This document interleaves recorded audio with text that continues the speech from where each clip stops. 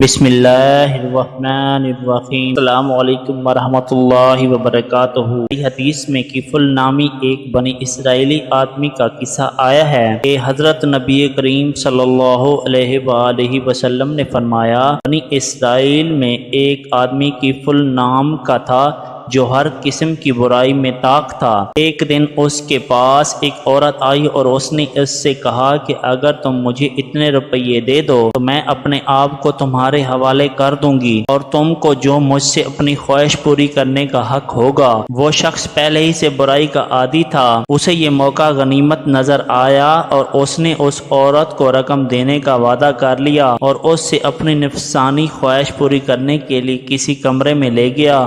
جب برائی کا وقت آیا تو وہ عورت کانپنے لگی اور اس پر خوف و دہشت طاری ہو گئی۔ اس نے اس عورت سے پوچھا کہ تو کیوں خوف زدہ اور کانپ رہی ہو؟ وہ کہنے لگی کہ میں نے میری پوری زندگی میں کبھی یہ حرکت نہیں کی اور آج مجھے اس حرام و ناجائز کام کو اس لیے کرنا پڑ رہا ہے کہ میرے بچے گھر میں بھوکے پیاسے ہیں اور ان کا کوئی کفیل نہیں ہے اور کھانے کا کوئی سامان نہیں۔ میں انتہائی مجبور ہو کر سوچنے لگی کہ کیا کر سکتی ہوں، تو میرے ذہن میں آیا کہ اپنی عصمت اور اپنی پاک دامنی کو بیچ کر اس سے جو کچھ روپیے حاصل ہو جائیں اس سے بچوں کے گزارے کا انتظام کروں۔ اس لیے میں نے اس برائی کا ارادہ کیا، مگر اللہ کا خوف ہو رہا ہے اور اس لیے مجھ پر کپ کپی طاری ہے۔ عورت دل سے بات کہہ رہی تھی، دل پر اثر انداز ہوئی اور عورت کی یہ داستان سن کر اس کا اللہ سے یہ خوف دیکھ کر اس مرد کے دل میں بھی اللہ کا ڈر اور خوف پیدا ہو گیا۔ کہنے لگا، تو صرف ایک بار گناہ کا صرف ارادہ کر کے اللہ سے اس قدر خوف کر رہی ہے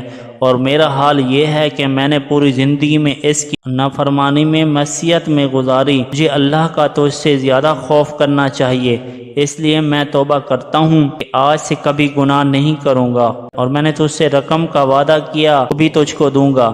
چنانچہ اس نے اس عورت کو رقم بھی دے دی اور برائی سے بھی توبہ کر لی اور وہ عورت وہاں سے واپس ہو گئی۔ یہ آدمی اس کے جانے کے بعد ندامت کے ساتھ اللہ کے سامنے رو کر گر گرا کر اپنے گناہوں کی معافی مانگنے لگا اور اسی حالت میں اس رات کو انتقال ہو گیا۔ بنی اسرائیل میں اللہ تعالیٰ کی ایک سنت جاری تھی، جو آدمی اچھا ہوتا اس کی اچھائی اور نیکی قدرت سے اس کے دروازے پر لکھ دی جاتی اور اگر کوئی برائی کرتا تو اس کے دروازے پر اس کی برائی کا ذکر کر دیا جاتا تھا۔ اور یہ کفل نامی شخص تو اتنا برا تھا کہ اس کے دروازے پر روزانہ کچھ نہ کچھ اس کی برائی لکھی ہوئی ہوتی تھی کہ آج اس نے زنا کیا، آج اس نے شراب پی یا اور کوئی برائی کے سارے شہر میں اس کی رسوائی ہوتی۔ سب لوگ کہتے تھے کہ یہ کیسا برا آدمی ہے اور لوگ اسی وجہ سے اس سے ڈرتے اور اس سے دور رہتے تھے۔ نبی اکرم صلی اللہ علیہ وآلہ وسلم فرماتے ہیں کہ رات کو اس کا انتقال ہو گیا اور صبح لوگ اٹھ کر دیکھتے ہیں کہ اس کے دروازے پر لکھا ہوا ہے قد غفر اللہ للکفل، اللہ تعالیٰ نے کفل کی مغفرت کر دی۔ اور لوگ پڑھتے ہوئے جا رہے تھے،